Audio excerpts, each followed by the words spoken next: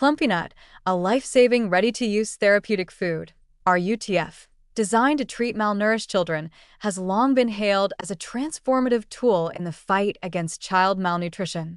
With its impressive recovery rates of 80 to 90% among severely malnourished children, it has become a staple in global humanitarian aid efforts. However, the situation surrounding the production and distribution of Plumpy'Nut has taken a troubling turn in recent months, caught up in the disruptions caused by cuts to U.S. foreign aid. This disruption began as part of broader funding cuts and shifts within USAID under the previous administration, causing confusion and delays in critical support systems. As aid programs that supply RUTFs were put on hold or terminated, humanitarian workers in crisis zones like Nigeria and Kenya have sounded the alarm.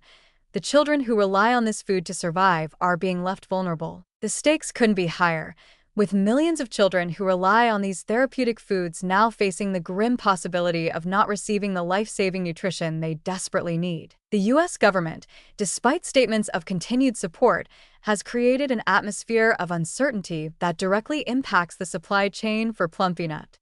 Adesia Nutrition, a key U.S. producer of the product, has faced significant disruptions, including halted orders, delayed payments, and the cancellation of contracts. These issues have left factories idling and production lines shut down, which ultimately means fewer children are receiving the nourishment they need. Plumpy'Nut's production itself is far from simple. It involves a complex process of sourcing high-quality ingredients, including peanut butter, powdered milk, oil, and vitamins. The fact that these processes have been stalled, particularly with USAID's failure to maintain consistent contracts, has added a layer of risk to the entire operation. For example, Adesia is currently owed $20 million by the U.S. government, and without this crucial funding, the production of Plumpy'Nut has been severely limited. In regions like northern Kenya and Nigeria, this problem is exacerbated by logistical nightmares, with supply chains collapsing under the weight of funding cuts. Local clinics and hospitals in these areas rely heavily on Plumpy'Nut to keep their most vulnerable patients alive, children who, without it, would almost certainly succumb to malnutrition. But these clinics are now reporting shortages, and some have even been forced to close. In Borno State, Nigeria, where an ongoing insurgency has already displaced millions, the situation is dire. Families are unable to access Plumpy'Nut, and aid workers fear that stockpiled supplies may spoil due to a lack of personnel to manage distribution. In response to these shortages, some regions have turned to alternatives like Tom Brown, a locally produced porridge made from grains and spices.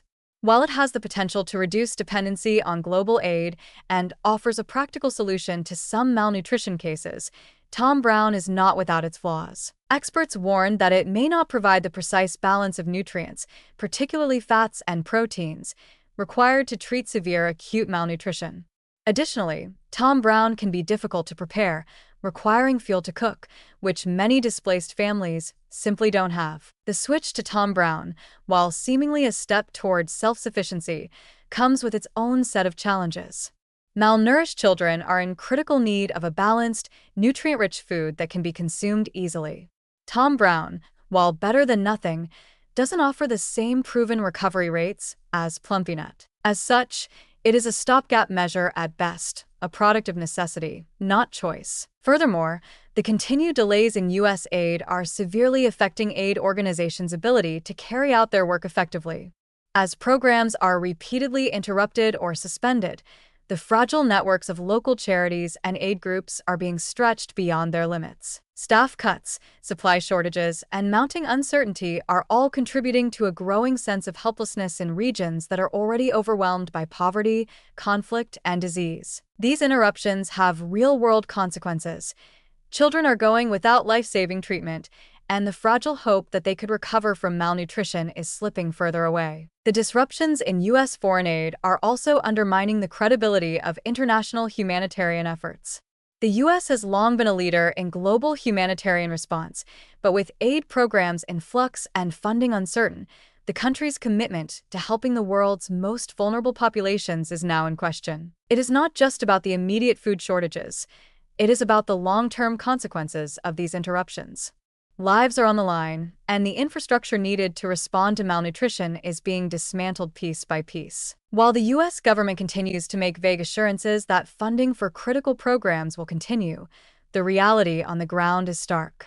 Aid workers are uncertain about the future, and families are left to cope with the fallout. For many children in refugee camps and displaced person settlements, the absence of Plumpy'Nut may mean the difference between life and death. The situation surrounding Plumpy'Nut highlights the inherent risks of global aid systems that rely on political decisions and funding allocations. When funding priorities shift, it is often the most vulnerable who bear the brunt of those changes. The ongoing crisis surrounding U.S. aid cuts should serve as a stark reminder of the fragility of global food aid programs and the immense responsibility that comes with providing life-saving resources to those in need. The failure to adequately fund and maintain these programs risks undoing years of progress in the fight against malnutrition and childhood starvation, leaving millions of children to face an uncertain future.